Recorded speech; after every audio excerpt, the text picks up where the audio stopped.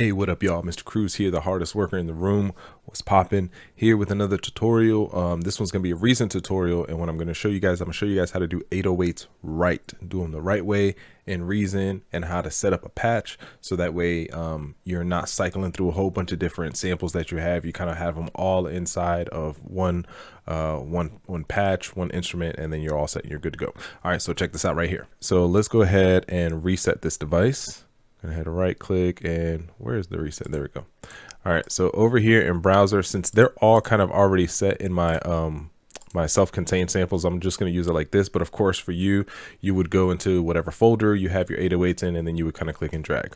So I'm going to start out one by one, right? And then when I drag the other one, I want to make sure that this empty area right here, this empty selection box, is selected. So that way when I drag another one in, it's going to drag it underneath. Otherwise, if I have this one selected and I drag and buzz, all it's going to do is replace it. So just make sure that you kind of do that. Let's put that one back in. Let's get buzz. I think you can kind of select a bunch of them at a time. Yeah. Let's see if we can do this. Drag those in. Yeah, bam. All right. The next thing that you're going to do is you want to Reason or NNXT Advanced Sampler, maybe it's just Reason in general, has a feature where you can auto select the pitch. Where it'll pretty much find the pitch of that sample for you. So what I'm going to do is I'm going to highlight all of these. I'm going to right click on the sample, and then I'm going to go down here where it says set root note from pitch detection. Boom. All right, so that's going to do it for every single one. And then you'll know that you did it right because down here at the bottom where it says root note, you're going to see something probably different for each of, you're going to see something probably different for each of them. And if it's not the root note, you'll see it in the tune.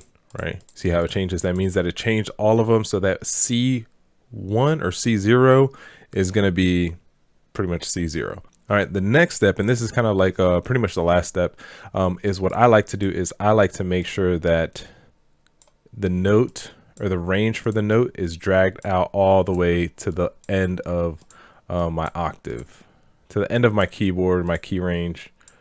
Because then sometimes these 808s, sometimes they get pitched higher, sometimes they're pitched lower, and you want to make sure that you have that range to get to the lowest octave possible. Not that you're ever going to use it, but then sometimes I'm like one note off, and then it's kind of inconvenient. Okay, the very last thing that you're going to do, absolute last thing you're going to do, is you're going to make sure that select zone via MIDI. You don't really have to have that one selected, but I like to. And then you make sure you want to hit select solo sample. So what solo sample is going to do is that whenever you have a sample here that you have highlighted, that's the only sample that's going to get triggered. If you don't have that, what you're going to have is like this cluster storm of 808s hitting every single time. I mean, that does kind of sound hard, but that might not be what you want. So you select solo, and let's say like Bullet is kind of my favorite one. All right, Bullet, Spins, and Zay. Those are my favorites. All right, so now I'm going to show you guys how you can use this in a practical sense. Okay, so what I have here is I have a beat that I'm pretty much almost done with, and I've got my 808 selected here. So for this one, I decided to select Spins, and let's have just the drums soloed so that we only hear the drums. And I'm going to mute my 808 for now, so just we can kind of hear the drums.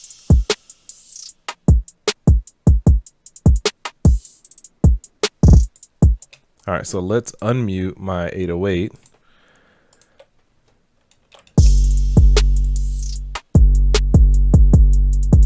All right, so right now Spins is selected.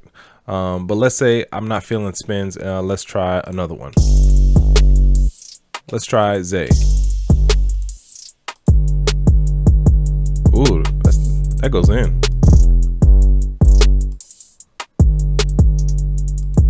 All right, see, so there you go. That's a super easy way that you can kind of, and of course you can load this up with as many samples as you want. I kind of just choose these, 6 or 7, because these are usually the ones that I use every single time. So there you go, super quick, super easy way to do 808s right. Do it the first time, and then you can save the patch, or you can save this as a template, and it'll always open up with those samples in it. Hopefully it's helpful to you guys. Let me know in the comments below what you think of this. Don't forget to like, comment, and subscribe. It's your boy, Mr. Cruz, out.